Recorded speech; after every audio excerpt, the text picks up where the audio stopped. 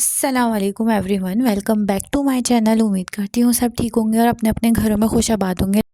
अल्लाह ताला सबको ठीक रखे और हंसता मुस्कुराता रखे, आमीन। कुछ मेरी रूटीन इतनी आउट हुई हुई है कि मैं डेली व्लॉगिंग नहीं कर पा रही और डेली व्लॉग अपलोड भी नहीं कर पा रही। जनता माफ़ नहीं करेगी।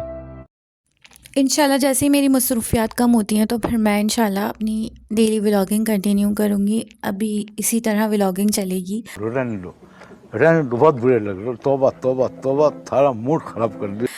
खैर ये व्लॉग जो है वो बहरिया टाउन का ही है। बहरिया टाउन जब मैं गई थी लास्ट व्लॉग में मैंने आपको बताया था, तो ये उसी को मैंने कंटिन्यू करा।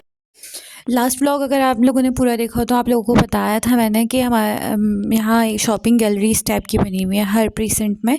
तो कुछ विला बने हुए हैं, उसके सामने ही ये शॉपिंग गैलरी बनी हुई है। जैसे यहाँ पे मिल्क शॉप वगैरह और आपको बेकरी इस टाइप की शॉप्स मिल जाएंगी।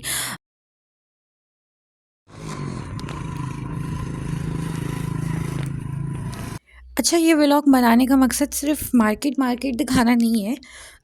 इसको मैं आगे कंटिन्यू करूँगी, आपको विला भी दिखाऊंगी अंदर से, तो इसको पूरा वॉच कीजिएगा। समझ रहे हो आप? समझ रहे हो? फिर मैं आपको इसके रेट भी बताऊंगी एंड में कि कितने रेट तक का विला है यहाँ पे बना बनाया, और इनके विला के भी कुछ रूल रेगुलेशंस हैं, वो भी मैं आपसे डिस्कस करूँगी। तो काइंडली वीडियो को पूरा देखिएगा। ये बहरिया पैराडाइज़ का एरिया है। पैराडाइज़ का एरिया थोड़ा दूर है, मतलब मेन जना एवेन्यू पे जो विला बने हुए हैं वो छोटे हैं, और ये जो विला हैं ये बड़े हैं। ये 500 स्क्वायर यार्ड पे बने हुए हैं और ये अंडर कंस्ट्रक्शन था। तो क्या नाचो मैं? ये अंडर कंस्ट्रक्शन तो नहीं कहेंगे, जस्ट फिनिशिंग का काम काफ़ी सारा बाकी था।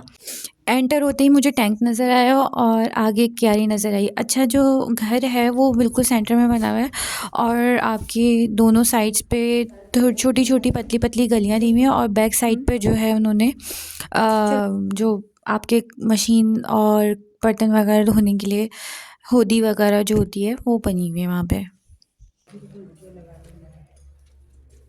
घरों में उमूमन वॉशिंग एरिया ज़रूरी होता है, क्योंकि उससे ये होता है आपके घर नीट एंड क्लीन रहते हैं।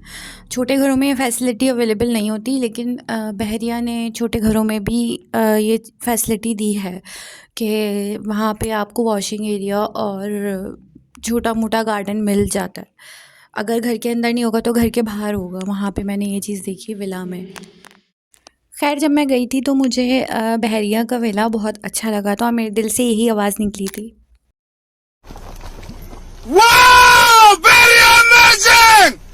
क्योंकि उन्होंने एक सैम्पल विला रखा हुआ था 500 स्क्वायर यार्ड का। खैर ये वाला तो अंडर कंस्ट्रक्शन था, अंडर कंस्ट्रक्शन नहीं सॉरी, ये जो है थोड़ा कंप्लीटिंग प्रोसेस में था। अच्छा, मैं आप यहाँ आपसे इसका मैप डिस्कस करूँगी। मैप में ये था एंट्रेंस पे आपको ड्राइंग रूम मिलेगा, और इनका ड्राइंग रूम काफ़ी अच्छा था, बड़ा बना हुआ था। नीचे 2 रूम थे with attach bath, may be 2 थे या 3 थे, और एक एंट्रेंस पे ही बाथरूम किया हुआ था। स्टेयर्स के नीचे जो एम्प्टी जगह बच गई थी उन्होंने वो वॉशरूम के इस्तेमाल में ले ली थी। इनके बाथरूम काफ़ी बड़े-बड़े थे, स्पेस वाले थे, लेकिन बाथरूम में एक बात मुझे अपनी पर्सनली बता रही हूँ कि मुझे वो अच्छी नहीं लगी कि बाथरूम में ही इन्होंने अलमारियाँ दी हुई थी। क्योंकि बहरहाल जो भी बात है कि बड़े थे स्पेस में या जो भी था, लेकिन मुझे पर्सनली पसंद नहीं है, तो इसलिए मुझे अच्छी नहीं लगी ये चीज़।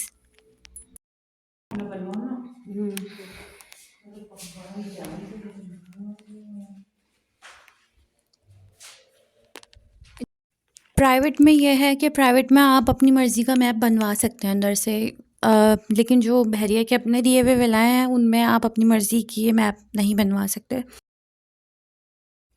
अच्छा, इन्होंने नीचे ही एक मास्टर बेडरूम दिया हुआ था, ये ज़्यादा बड़ा था और कमरों के मुकाबले में, लेकिन पूरे विला में सिर्फ़ एक मास्टर बेडरूम था और एक बड़ा बाथरूम था। अव्वल तो इनके सारे बाथरूम वैसे बड़े थे, मुझे बड़े लगे, लेकिन ये उनसे ज़्यादा ह्यूज था।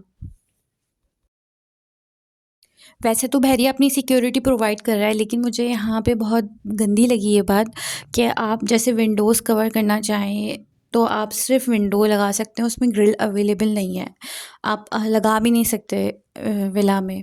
प्राइवेट सेक्टर का मुझे अंदाज़ा नहीं है, लेकिन विला का मैं बता रही हूँ कि विला में लगाने की परमिशन नहीं है।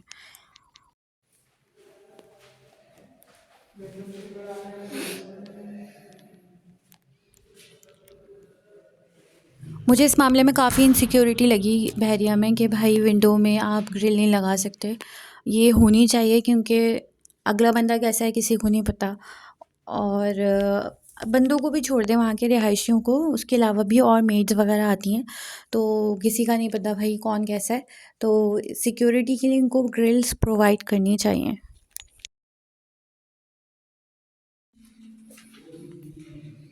आओ। अच्छा, एंट्रेंस से ही स्टेयर्स दी हुई हैं ऊपर जाने के लिए, फर्स्ट फ्लोर पे जाने के लिए। और फर्स्ट फ्लोर पे अच्छी बात यह है कि आगे टेरेस इतना बड़ा दिया हुआ है कि अगर मौसम बहुत अच्छा है या मौसम बहुत अच्छा नहीं भी है, इंसान का मूड ऑफ है, तो इंसान वहाँ जाके खड़ा हो जाएगा। ये वॉशरूम था जो मैं आपको बता रही थी, स्टेयर्स के नीचे था, ये लॉक था, तो वरना मैं आपको लाजमी दिखाती इसका स्पेस कितना है।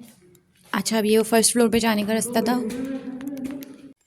अच्छा, मटेरियल की बात करें तो मटेरियल मुझे हर जगह का डिफरेंट लगा। डिफरेंट इसलिए कि भाई जो ठेकेदार होते हैं, ये इन्होंने डिफरेंट डिफरेंट ठेकेदारों को दिए हुए होते हैं। अब ये ठेकेदार के ऊपर डिपेंड करता है कि वो किस तरह का मटेरियल लगा रहा है। आया वो बेईमानी कर रहा है तो वो ख़राब मटेरियल लगाएगा, और अगर थोड़ा सही है बंदा तो फिर वो अच्छा मटेरियल लगाएगा। As compare to first villa जो मैंने पहले देखा था, वो मैं रिकॉर्ड नहीं कर पाई, वो इससे ज़्यादा बेहतर था। एक तो बात ये थी, ये फैला हुआ ज़्यादा हो रहा था, यहाँ काम हो रहा था, वो जो है पूरा प्रॉपर तैयार हुआ हुआ था, वहाँ फिनिशिंग और सारी चीज़ें रखी हुई थी। वो बहरिया ने एज ए सैम्पल रखा हुआ था ताकि लोग आएँ, विज़िट करें और फिर परचेज़ करें। ये वाले विला में मुझे ये वाली बात लगी कि भाई कुछ चीज़ें ना लगने के बाद, मतलब यूज़ में नहीं हुई, उन पे ज़ंग भी लग गया, वो ख़राब हो रही हैं। अब ये आया ठेकेदार की गलती है या फिर जो लेबर काम कर रही है वो मिसयूज़ कर रही है, ये वल्लाह आलम। लेकिन मुझे लगा कि ख़राब मटेरियल लगा हुआ है as compare to first one.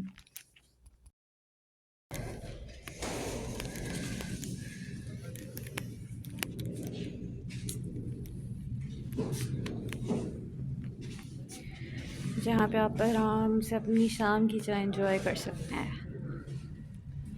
ये रूम काफ़ी अच्छा था क्योंकि यहाँ पे बालकनी भी थी साथ में, और अटैच बाथ भी था, और फिर उसके अलावा भी और जगह दी हुई थी जहाँ पे आप अपनी टेबल वगैरह रख के शाम की चाय भी इंजॉय कर सकते हैं। बच्चों के झूले लगा सकते हैं यहाँ पे आप, और अच्छे अच्छे फ्लावर पॉट्स वगैरह रख सकते हैं, गार्डनिंग कर सकते हैं। बहुत अच्छी स्पेस दी हुई है कि आप इसको बहुत अच्छे यूज़ में ला सकते हैं।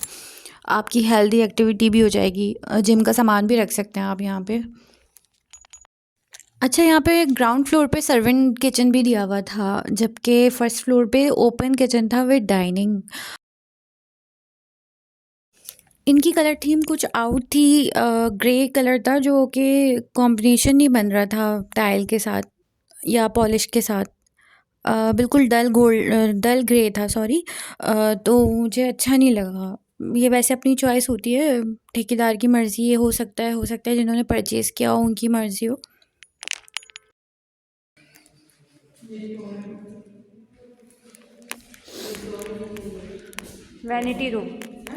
वैनिटी रूम दोनों पोर्शंस में था, ग्राउंड पे भी और फर्स्ट पे भी। अब बात करते हैं इसके प्राइस की। प्राइस इसकी थे, तो रुको जरा, सबर करो। इसके प्राइस 4.5 करोड़ थे, और इसके अलावा मेंटेनेंस अलग थी।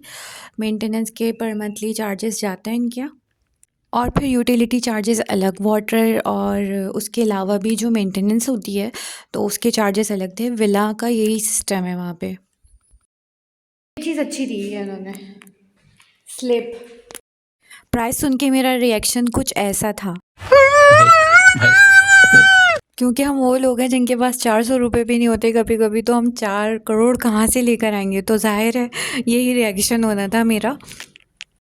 सीरियसली अगर बात की जाए कराची में ज़मीन लेने की, तो कराची में ज़मीन काफ़ी महंगी है, लेकिन यहाँ पे ये इनका कहना ये है कि ये लोग ज़मीन की इतनी कॉस्ट नहीं ले रहे, ये मेकिंग की कॉस्ट ले रहे हैं। और फिर ये जगह जो है कराची से काफ़ी आउट है। आउट उस सेंस में कहेंगे कि भाई हाईवे क्रॉस करके, टूल क्रॉस करके आती है जगह। तो वैसे तो अच्छी जगह है रहने के लिए, पुरसुकून माहौल है और आपको ग्रीनरी भी बहुत मिलती है और हेल्दी इन्वायरमेंट है अभी फ़िलहाल। मेरे हिसाब से it's a quite costly, dangerous, privacy वो हो रही है डिस्टर्ब। पर्दे डाल के रखने पड़ेंगे उस जगह, पर्दे भी, और ये फिर आपका ये ऑल टाइम जो है ना सही होना चाहिए। बात करी जाए यहाँ के रेंट की, तो यहाँ का रेंट था 45,000 के अराउंड में। उससे थोड़ा कम भी हो सकता है क्योंकि जितना आगे जाते जाएंगे उतना कम होता जाएगा, और ये करीब का एरिया है भी नहीं, ये काफ़ी जो ग्रैंड जामा मस्जिद बन रही है बहरिया में, उससे भी अंदर जाके ये जगह है बहरिया पैराडाइज़ की। अच्छा, ये रेंट जो है वो विदाउट मेंटेनेंस है, विद मेंटेनेंस नहीं है, उसके अलावा मेंटेनेंस चार्जेस अलग होते हैं। यहाँ कोई भी वार्डरोब जो है ना वो बाथरूम के बाहर नहीं थी, बाथरूम के अंदर थी, और ये चीज़ काफ़ी गंदी थी। मुझे गंदी लगी, हो सकता है जिन्होंने बनवाई है उनको गंदी ना लगी हो, लेकिन मुझे काफ़ी गंदी लगी है चीज़। और जो मैंने मज़ीद विज़िट किए थे पहले, जो विला विज़िट किए थे, उनमें ये सब चीज़ मुझे नहीं दिखी, तो मुझे वो ज़्यादा काफ़ी बेहतर लगे। में जो हमने देखा था ना वो नई साइड पे भी था।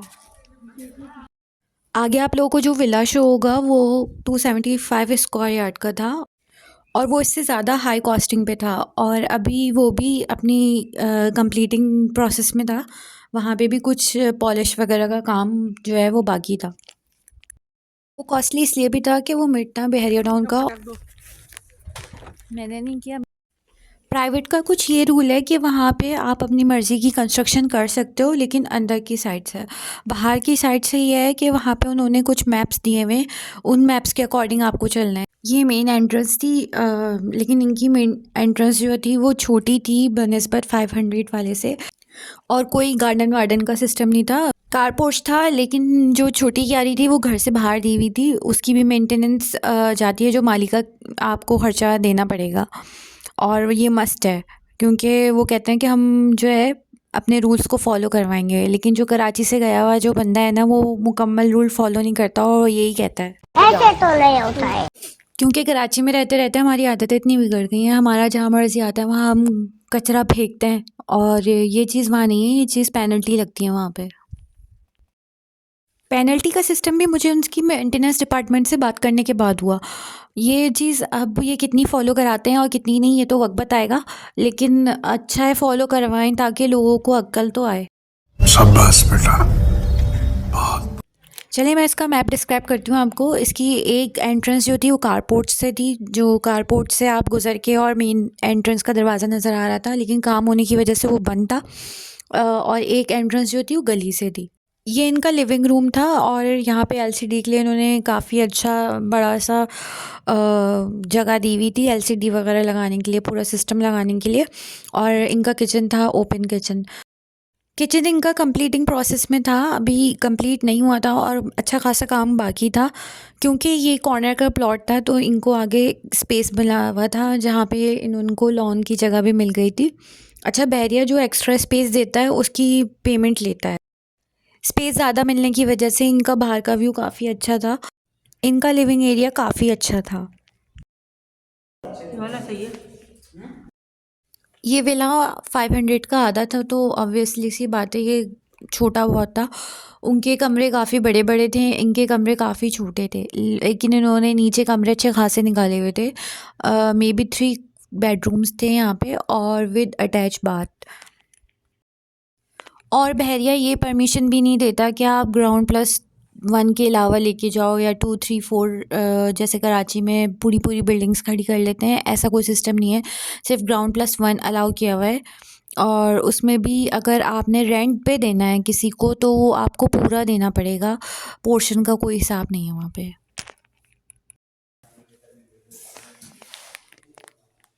ये बाथरूम भी छोटा है क्योंकि ये एक प्राइवेट कंस्ट्रक्शन थी। जो ओनर था उसने ख़ुद बनवाया था, तो उसने, आप ख़ुद देख सकते हैं फ़र्क स्टेयर्स में कि स्टेयर्स कितनी अच्छी बनी हुई थी इनकी। बाकायदा लाइटनिंग का सिस्टम भी था स्टेयर्स में, और वहाँ पे जो स्टेयर्स थी वो इतनी अच्छी नहीं थी। यहाँ पे ये वाली बात आती है कि बंदे को खुद रहना होता है तो वो अच्छा मटेरियल यूज़ करता है, या फिर अपने हाथ से बेचना होता है तो वो अच्छा मटेरियल यूज़ करता है। लेकिन अगर आप ठेकेदार के हाथ में दे दो तो वो अपनी मर्ज़ी का मटेरियल यूज़ करेगा। और फिर एक बात ये भी आती है कि बहरिया ने जो अपने विला दिए हुए हैं वो कंस्ट्रक्शन कंपनीज़ को दिए हुए हैं, वो ज़ाहिर है अपना बेनिफिट देखेंगे। इस जगह का एक डिसएडवांटेज ये था कि ये छोटा प्लॉट था, वो प्लॉट बड़ा था और ये प्लॉट छोटा था, वरना मटेरियल इनका बहुत अच्छा लगा हुआ था।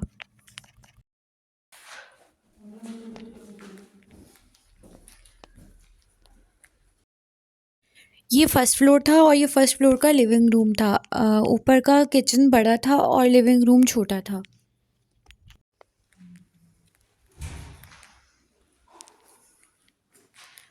कमरे बहुत छोटे बनाए इन्होंने। फर्स्ट फ्लोर पे भी 3 बेडरूम थे विद अटैच बाथ और एक कमरे में 2 बाथरूम थे। मतलब बाथरूम अलग था और टॉयलेट अलग था। अमूमन ये सीढ़ियाँ जो हैं ये विला के बाहर बनी होती हैं, लेकिन ये प्राइवेट कंस्ट्रक्शन थी तो इन्होंने अंदर से ही रास्ता दिया हुआ था और ये चीज़ अच्छी थी क्योंकि इससे प्राइवेसी आपकी डिस्टर्ब नहीं हो रही थी। अच्छा, वो बाथरूम अलग है और ये बाथरूम अलग है। इस एरिया को कहते हैं मिडवे कमर्शियल, और बहरिया का जो ये एरिया है वो ये काफ़ी हद तक आबाद हो चुका है।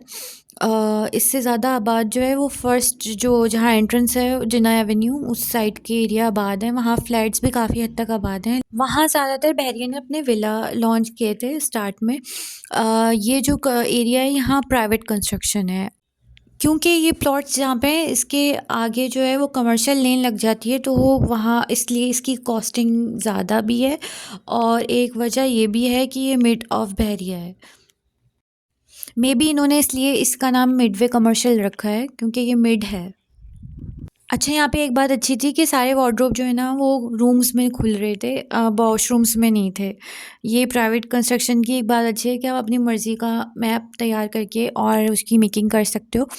अब बात करूँगी मैं यहाँ पे रिहाइश के हवाले से कि आप यहाँ रह सकते हो या नहीं रह सकते हो। तो एक मिडिल क्लास के लिए बहुत मुश्किल है कि यहाँ पे रहें, और क्योंकि यहाँ पेनल्टीज़ बहुत जल्दी लगती हैं और फॉलो करने पड़ते हैं रूल्स बहुत सारे, और बहुत सारी यूटिलिटीज़ चार्जेस हैं यहाँ पे। फिर पेट्रोल का ख़र्चा भी होता है अच्छा ख़ासा। ख़ैर अल्लाह जिसे दे रहा है वो रहता है वहाँ पे और ख़र्चे भी उठाता है क्योंकि अल्लाह की देन है। क्योंकि ये प्राइवेट कंस्ट्रक्शन थी तो इसलिए मुझे इसके रेट जहाँ मज़दूर काम कर रहे थे उनसे ही पूछे थे तो उन्होंने बोला था 4.5 करोड़ डिमांड रखी है उन्होंने। तो अब पता नहीं आगे बिका या नहीं बिका, क्योंकि हमारी तो इतनी जेब इजाज़त नहीं देती कि हम ख़रीद सकें। हमने जस्ट विज़िट किया क्योंकि हमें अपना टाइम भी तो पास करना था, तो हम विज़िट करके वापस आ गए। उम्मीद करती हूँ आपको मेरा ये व्लॉग बहुत अच्छा लगा होगा, तो इसको पूरा वॉच कीजिएगा और मेरी इस तमाम वीडियोस को लाइक ज़रूर दीजिएगा क्योंकि आप लोगों के लाइक्स आते नहीं हैं। और मेरे चैनल को भी ज़रूर सब्सक्राइब कीजिएगा और फ्रेंड एंड फैमिली से शेयर ज़रूर कीजिएगा, और मुझे अपनी दुआओं में याद रखिएगा। मैं भी आपको अपनी दुआओं में याद रखूँगी। मिलते हैं न्यू व्लॉग में, जब तक के लिए अल्लाह हाफ़िज़।